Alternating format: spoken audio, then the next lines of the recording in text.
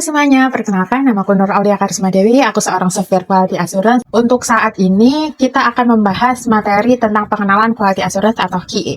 Jadi untuk kalian yang tertarik dengan dunia quality assurance atau ingin mengenal lebih jauh tentang quality assurance, kalian wajib subscribe YouTube aku dan connect LinkedIn-ku. Karena apa? Karena di YouTube ini, kita akan belajar mengenai software quality assurance dari nol.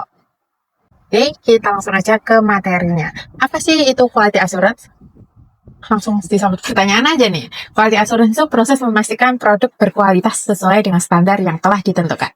Bayangin aja, quality assurance itu seperti chef yang mengecek resep, bahan, dan cara masaknya. Jadi sebelum aplikasi dimasak, dari penyiapan bahan masakan, menentukan bahan masakannya, bla itu seorang chef yang melakukan pengecekannya. Jadi sebelum aplikasi dimasak itu dan dirilis ke pengguna sampai makanannya jadi itu, yaitu memastikan semua fitur berjalan lancar, nggak ada bug, dan pengguna nggak kaget kalau ada kegagalan atau error di aplikasi yang telah dibuat. Nah, banyak yang suka nyampurin nih antara QA, QC, dan testing. Nah, padahal ketiganya itu memiliki perbedaan fokusnya.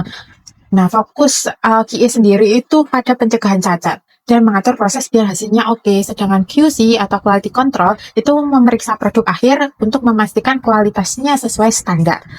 Sedangkan yang terakhir ini adalah testing. Testing itu fokusnya menemukan bug dan masalah di software sebelum aplikasi sampai ke pengguna. Jadi intinya jika QA itu chef, QC itu orang yang nyobain kuenya, sedangkan testing itu detektifnya.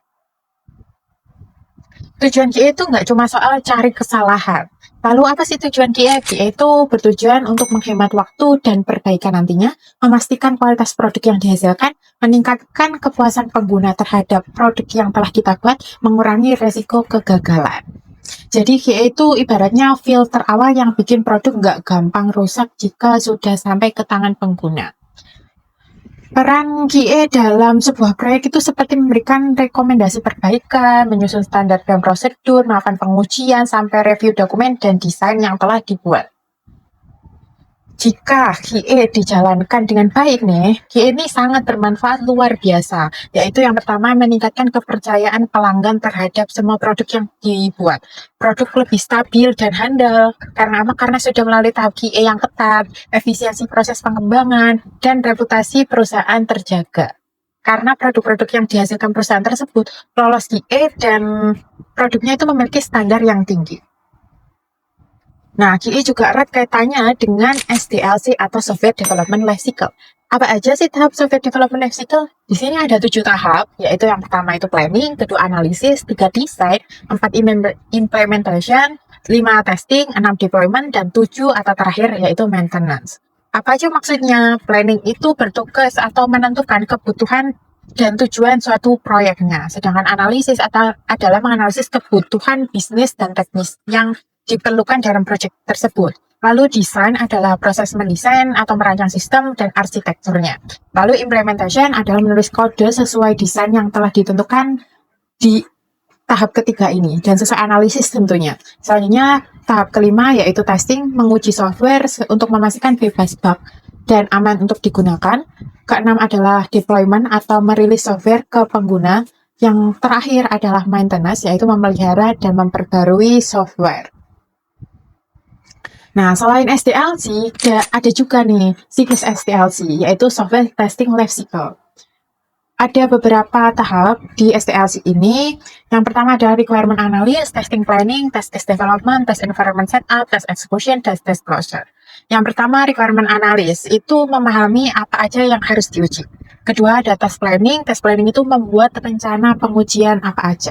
Lalu ketiga itu test case development, yaitu menulis skenario yang telah kita dapat yang ada di pengujian itu. Selanjutnya adalah test environment setup, yaitu menyiapkan lingkungan untuk testingnya. Selanjutnya ada test execution, yaitu menjalankan tes sesuai rencana yang telah dibuat dan kita catat dari test planning sampai test case. Dan terakhir yaitu test closure atau mengevaluasi hasil dan membuat laporan akhir hasil tesnya. Nah, kesimpulannya, quality assurance adalah langkah penting dalam pengembangan software. Fokus pada pencegahan masalah bukan hanya menemukan masalah. QA yang baik akan menghasilkan produk berkualitas tinggi yang bikin pengguna atau pelanggan kita puas dengan produk yang telah kita buat atau perusahaan kita buat. Terima kasih sudah menonton sampai akhir. Kalau ada yang keliru atau perlu perbaikan, feel free buat koreksi di komentar ya. Kita ngobrol bareng di sana, di komentar. Atau bisa juga connect di link info. Dan kalau kamu suka konten seputar dunia QA, jangan lupa like, komen, dan subscribe ya. Biar kamu nggak ketinggalan video-videoku selanjutnya. Oh ya, ini ada informasi sedikit sih.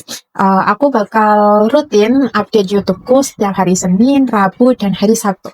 Nah, untuk hari Seninnya rencananya untuk materi seru seputar software quality assurance-nya. Sedangkan hari Rabu itu tentang coding, automation testing, sesuai materi yang telah aku buat, atau bisa juga kalian minta, atau Kak, minta yang bagian ini gitu, bisa rekom ke aku. Dan untuk hari Sabtu itu berisikan kisahku sebagai quality assurance, curhatan dan pengalaman nyataku biar nggak ngebosenin kalian dan tetap seru. Pastikan kamu stay tune dan jangan sampai kelewatan keseruan di perjalanan QA journey-ku.